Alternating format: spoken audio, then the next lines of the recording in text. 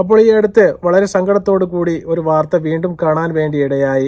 നമ്മുടെ അബ്ദുൽ നാസർ മഹദിനി ഉസ്താദ് വീണ്ടും രോഗശയ്യയിലേക്ക് വീണിരിക്കുന്നു എന്നുള്ള സങ്കടകരമായ ഒരു വാർത്തയാണ്. അത് ഉസ്താദിനെ സ്നേഹിക്കുന്ന എല്ലാവർക്കും സങ്കടം ജനിപ്പിക്കുന്ന ഒരു വാർത്ത തന്നെയാണ്. അതുകൊണ്ടാണ് ഞാൻ ഈ വാർത്ത എടുത്ത് റിയാക്ട് ചെയ്യുന്നത്.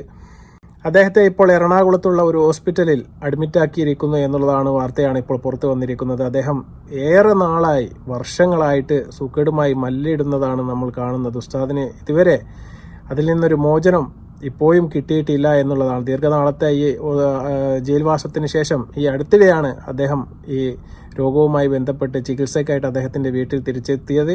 ഓപ്പറേഷൻ എല്ലാം കഴിഞ്ഞ് അദ്ദേഹം വീണ്ടും വിശ്രമിക്കുന്നതിൻ്റെ ഇടക്കാണ് രണ്ടാമതും അദ്ദേഹം ഇപ്പോൾ ഹോസ്പിറ്റലിലേക്ക് പോയിരിക്കുന്നത് എന്നുള്ളതാണ്. നമുക്ക് ആദ്യമായിട്ട് ആ വാർത്തയൊന്ന് കാണാം.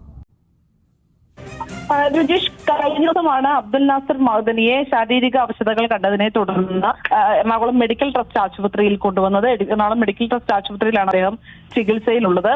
കഴിഞ്ഞ ദിവസം ആശുപത്രിയിൽ പ്രവേശിപ്പിച്ചുവെങ്കിലും ഇന്ന് ഒരു സ്ട്രോക്കിന്റെ ലക്ഷണങ്ങൾ കണ്ടതിനെ തുടർന്ന് ICUവിലേക്ക്, തീവ്രപരിചരണ വിഭാഗത്തിലേക്ക് മാറ്റിയിരിക്കുകയാണ്. എന്നാൽ ആശങ്കപ്പെടാനില്ല എന്നാണ് മെഡിക്കൽ ടീം അറിയിച്ചത്. അദ്ദേഹത്തിന് നിരവധി അസുഖങ്ങളുണ്ട്. ഒപ്പം തന്നെ വൃക്ക മാറ്റിവെക്കൽ ശസ്ത്രക്രിയയ്ക്ക് ശേഷം അദ്ദേഹം എറണാകുളത്തെ വസതിയിൽ വിശ്രമത്തിലായിരുന്നു. വൃക്ക മാറ്റിവെക്കൽ ശസ്ത്രക്രിയയ്ക്ക് ശേഷവും ഡോക്ടർമാരുടെ സൂക്ഷ്മമായ പരിശോധനയിലും നിയന്ത്രണത്തിലും ഒക്കെയായിരുന്നു അദ്ദേഹം കഴിഞ്ഞിരുന്നത്. എന്നാൽ രക്തസമ്മർദ്ദം കുറയുകയും ഇടയ്ക്കിടയ്ക്ക് കടുത്ത ശ്വാസതടസ്സം അനുഭവപ്പെടുകയും ഹൃദയമിടിപ്പ് കൂടുകയൊക്കെ ചെയ്തതിനെ തുടർന്നാണ് കഴിഞ്ഞ ദിവസം അദ്ദേഹത്തെ ആശുപത്രിയിൽ പ്രവേശിപ്പിച്ചത്. ഇപ്പോൾ ഇത് അദ്ദേഹത്തെ ICUവിലേക്ക് മാറ്റിയിരിക്കുകയാണ്. അപ്പോൾ ഞാൻ പറഞ്ഞ മാതിരി ഉസ്താദിനെ സ്നേഹിക്കുന്ന എല്ലാവർക്കും സങ്കടം പരത്തുന്ന ഒരു വാർത്ത തന്നെയാണ്. കാരണം ഉസ്താദിൻ്റെ ആരോഗ്യസ്ഥിതി അത്രയ്ക്കും വളരെ മോശകരമായ രീതിയിലാണ് ഇപ്പോഴും തുടർന്നു കൊണ്ടുപോകുന്നത് എന്നുള്ളതാണ്.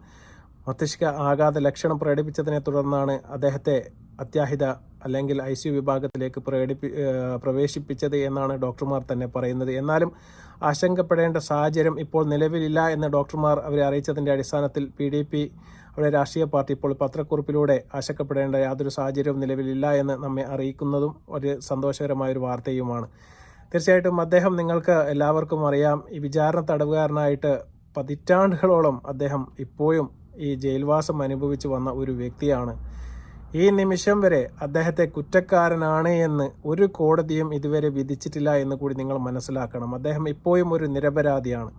ഏതെങ്കിലും ഒരു കോടതി കുറ്റാരോപിതനായ ഒരുത്തനെയും നമ്മളൊരു കുറ്റവാളിയായിട്ട് കണക്കാക്കാൻ വേണ്ടി പാടില്ല. അത് ഉസ്താദിനും ബാധകമാണ്. കാരണം ഞാനിത് പറയാനുള്ള പ്രധാനപ്പെട്ട ഒരു കാരണം എന്ന് പറയുന്നത്, ഈ ഉസ്താദിൻ്റെ ഈ വീഡിയോ വന്നതിൻ്റെ ആ ഒരു കമൻറ്റ് ബോക്സിൽ വന്ന ഏതാനും ചില കമൻറ്റുകൾ തീർച്ചയായിട്ടും നമുക്ക് വായിച്ചാൽ കണ്ണിൽ നിന്ന് വെള്ളം വീണ് പോകുന്ന രീതിയിലുള്ള ഒരുപാട് കമൻറ്റുകളാണ്. ഇദ്ദേഹം ചത്തില്ലേ, ഇദ്ദേഹത്തിനെ സ്വർഗത്തിൽ ഹൂറിമാർ കാത്തിരിക്കുന്നില്ലേ, ഈ തീവ്രവാദിനെയും ചത്തില്ലേ എന്നൊക്കെ രീതിയിലുള്ള ഒരുപാട് മോശകരമായ രീതിയിലുള്ള, വളരെ മൃഗീയമായ രീതിയിൽ അദ്ദേഹത്തെ ആക്രമിക്കുന്ന രീതിയിലുള്ള കമൻറ്റുകളാണ് ചില വർഗീയവാദി ശക്തികൾ ഇതിൻ്റെ താഴെ എഴുതി വിടുന്നത് എന്നുള്ളതാണ്. അത്തരം ആൾക്കാരോട് എനിക്ക് വിനീതമായി പറയാനുള്ളത്, നിങ്ങൾക്കാർക്കും ഈ ലോകത്തിൽ ഒരു പതിറ്റാണ്ടുകളോളം ഒന്നും ഇവിടെ ജീവിച്ച് പോകാൻ വേണ്ടി നിങ്ങൾക്ക് സാധിക്കുകയില്ല. നിങ്ങളും മരണത്തിന് കീഴടങ്ങുക തന്നെ ചെയ്യും. എല്ലാവരെയും മരണം ചേർത്ത് പിടിക്കുക തന്നെ ചെയ്യും. അത് ഉസ്താദിനെ മാത്രമല്ല, നിങ്ങൾക്കും അത് ബാധകമാണ്. ഇന്ന് നിങ്ങൾ എഴുതിയിടുന്ന സമയത്ത് ചിലപ്പോൾ സെക്കൻഡിൻ്റെ ഒരു അംശം മതി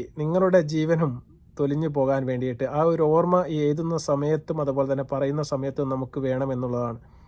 അദ്ദേഹത്തെ ഞാൻ പറഞ്ഞ മാതിരി ഇന്ത്യ സുപ്രീം കോടതി വരെ ഇതുവരെ കുറ്റം അദ്ദേഹത്തിന് ആരോപിച്ചു എന്നല്ലാതെ കുറ്റവാളിയാണ് എന്ന് മുദ്ര കുത്തുന്ന സമയം വരെ അദ്ദേഹം നിരപരാധിയാണ്.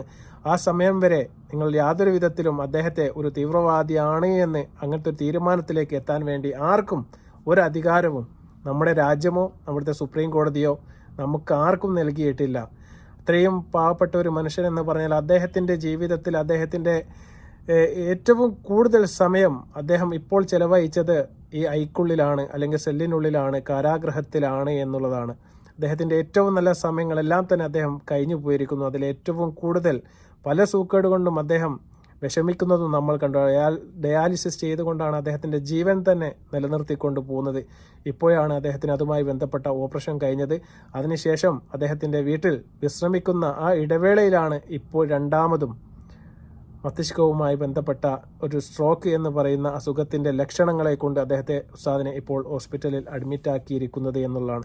സ്ട്രോക്കുകളൊക്കെ വന്നാലുള്ള അവസ്ഥ നിങ്ങൾക്ക് മനസ്സിലാകും. അല്ലേ തന്നെ ഉസ്താദിന് സ്വന്തം കാലിൽ നടക്കാൻ വേണ്ടി സാധിക്കാത്തൊരവസ്ഥയിലാണ്.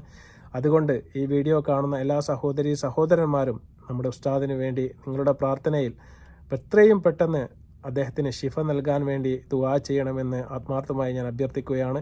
അത്തരം ഒരു കാര്യങ്ങൾ നിങ്ങളെ ശ്രദ്ധയിൽപ്പെടുത്തുക എന്ന ഉദ്ദേശത്തോടു കൂടി മാത്രമാണ് ഞാൻ ഈ വീഡിയോ ചെയ്യുന്നത്. അദ്ദേഹത്തിന് എത്രയും പെട്ടെന്ന് പഠിച്ച തമ്പുരാൻ അദ്ദേഹത്തിൻ്റെ എല്ലാ അസുഖങ്ങളും ഭേദമാക്കി കൊടുക്കട്ടെ എന്ന് മാത്രമാണ് എനിക്ക് നിങ്ങളോട് പറയാനുള്ളത്. പിന്നെ ഇത്തരം കമൻറ്റുകൾ എഴുതുന്ന ആൾക്കാരോട് ദയവായിട്ട് അദ്ദേഹവും ഒരു മനുഷ്യനാണ്, നിങ്ങളെപ്പോലെയുള്ള ജീവനുള്ള മാംസമുള്ള എല്ലാം ഒരു വേദനയും അറിയുന്ന ഒരു മനുഷ്യനാണ് അദ്ദേഹം.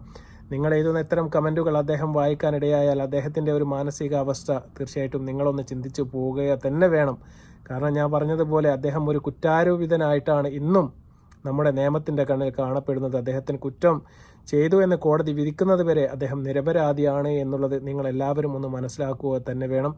അത്രയ്ക്കും വലിയ രോഗങ്ങളാൽ കഷ്ടപ്പെടുന്ന ഉസ്താദിന് എത്രയും പെട്ടെന്ന് പടച്ച തമ്പുരാൻ അദ്ദേഹത്തിൻ്റെ ജീവിതത്തേക്ക് തിരിച്ചു വരാനും എല്ലാവിധ ആരോഗ്യ സൗഖ്യങ്ങളും അദ്ദേഹത്തിന് ഉണ്ടാവാനും ഞാൻ ആത്മാർത്ഥമായി പ്രാർത്ഥിക്കുകയാണ്.